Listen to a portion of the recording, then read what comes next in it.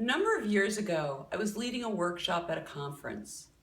Soon after I started speaking, I tripped over my words and I had a shame attack. I began obsessing over the fact that I had messed up. I felt enormously foolish, and I was terrified that everybody in the audience was judging me as harshly as I was judging myself. Some of you know this experience of how quickly calm can flip into worry and anxiety. Heat flooded me. My heart was racing. Adrenaline and cortisol were shooting like geysers in my brain, and my body was shaking just at the moment that I really needed to be calm and steady. Somehow, I got through and pulled off the talk. On day 2 of the conference, Beth Weinstock, my work partner at the Resilience Group, asked me about my night. And I began to tell her about how I went home and talked to my husband and told him how badly I had messed up.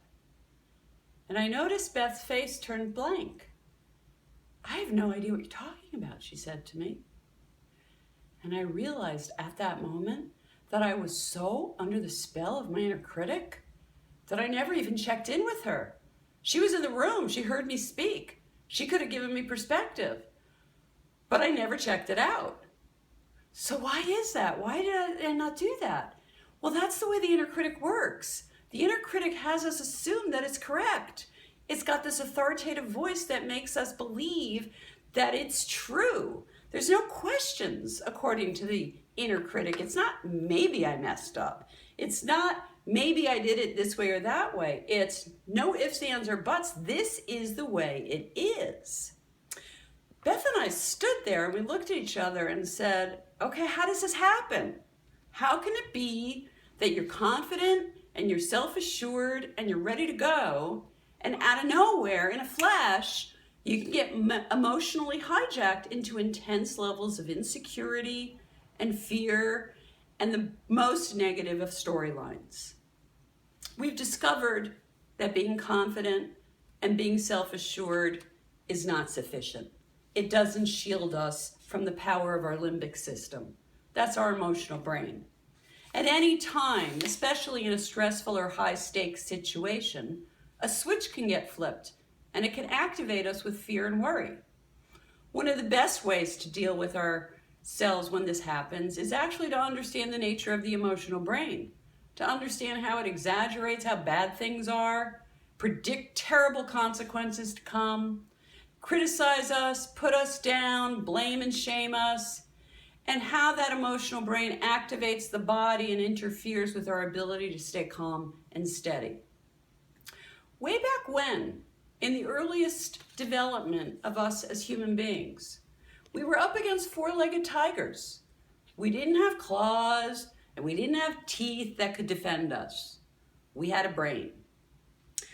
Our brain alerted us to threat and danger. It used smell, it used sound to get to know what was going on around us and to be able to, at moments, freeze in place and at other times, run for cover. Well, in today's world, we're not up against four-legged tigers. We're up against two-legged paper tigers in the form of human beings. We're afraid of what people are going to think of us, what they're going to say about us, and at lightning speed, our fight, flight, and freeze system can pump out neurochemicals to scare us and get us into hyper-alert mode. The field of neuroscience is burgeoning with new findings.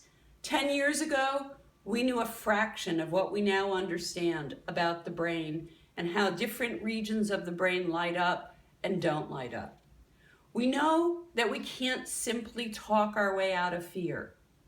The neurochemicals are way too powerful and override the thinking mind's ability to think reasonably and effectively.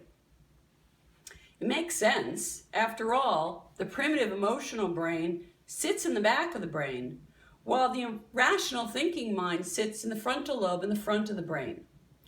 The ancient practices of yoga and meditation have long understood this mind-body connection and the power of using breath as a way of getting the brain to slow down the production of these neurochemicals and restore the body, the mind, and the spirit to a greater calming place.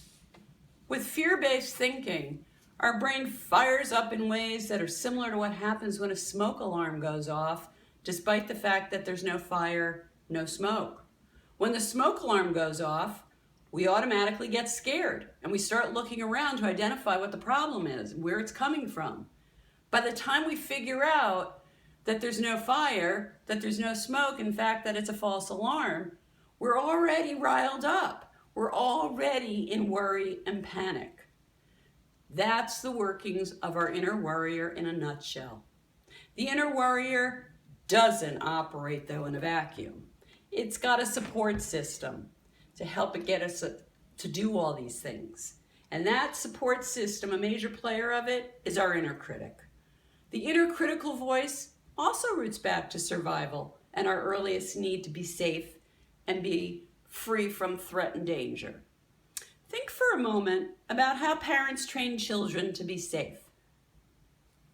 Well, we have to learn how to teach kids how to not touch stoves and how to not run out into the street. When we do that, we don't tend to use gentle voices. Instead, we speak to them in harsh tones of voice because what we're trying to do is actually scare them. We want to frighten them so that they don't do something. So we do things like, don't, you better not. If you do that, it's going to be really bad. You really shouldn't do that. And what kids do is they imitate those tones of voice because that's what we do as kids. That's how we learn anything we learn. We imitate. So as children, we imitate those harsh tones of voice and we repeat the words that our parents are saying in order to establish that sense of setting limits with ourselves so that we won't get in harm's way. Well, by the time we're 4 years old, that inner critic voice is hardwired into our brain, and it remains there for our lifetime. Ironically, while that inner critic is intended to keep us safe, when it comes to being a grown-up, it doesn't always work that way. When it comes to being with people and having to interact with people, it's not necessarily so much of an ally. As young kids, if for any reason our needs got frustrated, we thought it was our fault. That's what the mind did. It automatically assumed it's my fault. It must be me. And when we make up stories, our inner critic makes up stories to explain why things happen, because otherwise it doesn't understand anything. It just has feeling. And the stories at first start as simple stories. It must be me. As we acquire language, the stories become more elaborate. We fill in the blank and we say things like, you're too needy, that's why mom's not paying attention to you. You're too loud, that's why the kids in the playground are laughing. You're too pushy, that's why you didn't get invited to this party. And as these language skills keep developing, we get more elaborate in the ways we explain why things are happening. And we believe it. But they're stories. They're all fiction. And under stressful situation, the mind operates at lightning speed, firing up the neural circuits that get us to assume that our stories are absolutely truths. That's what's happened to me at the conference. In a split second, my mind created a fear-based story that terrified me because I assumed it was absolutely 100% true.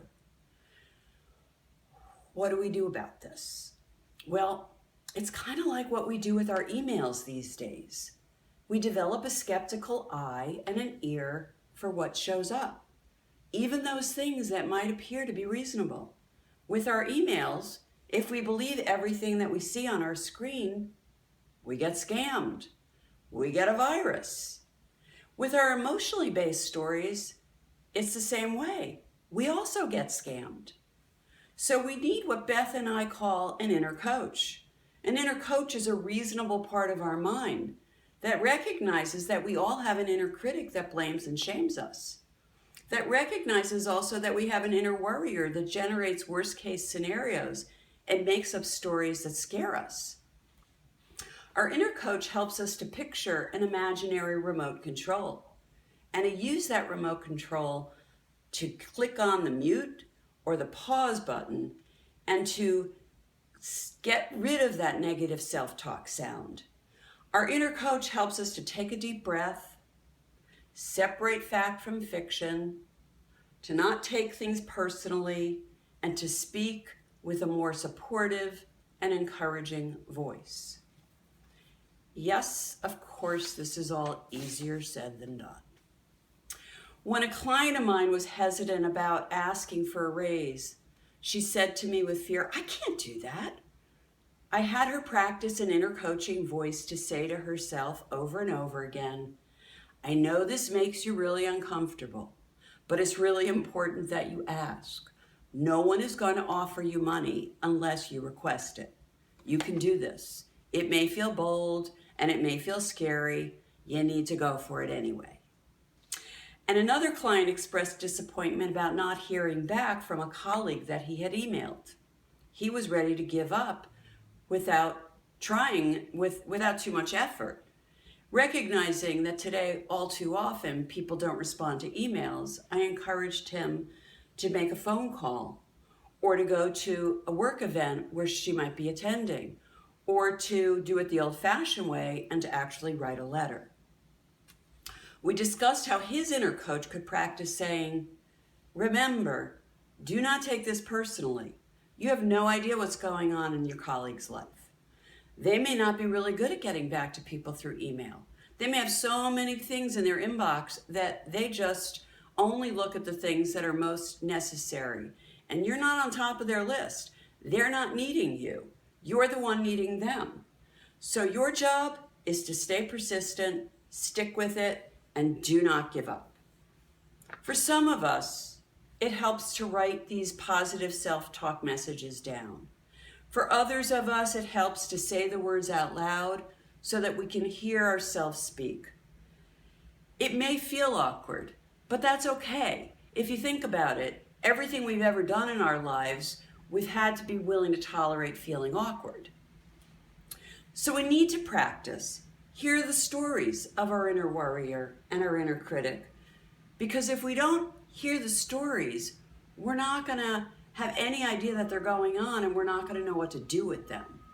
And then we also need to pause and interrupt the automatic fear-based thinking and resist giving credibility to our inner stories. When we do this, we can empower ourselves with more courage, boost our self-confidence, and sustain our sense of well-being and resilience.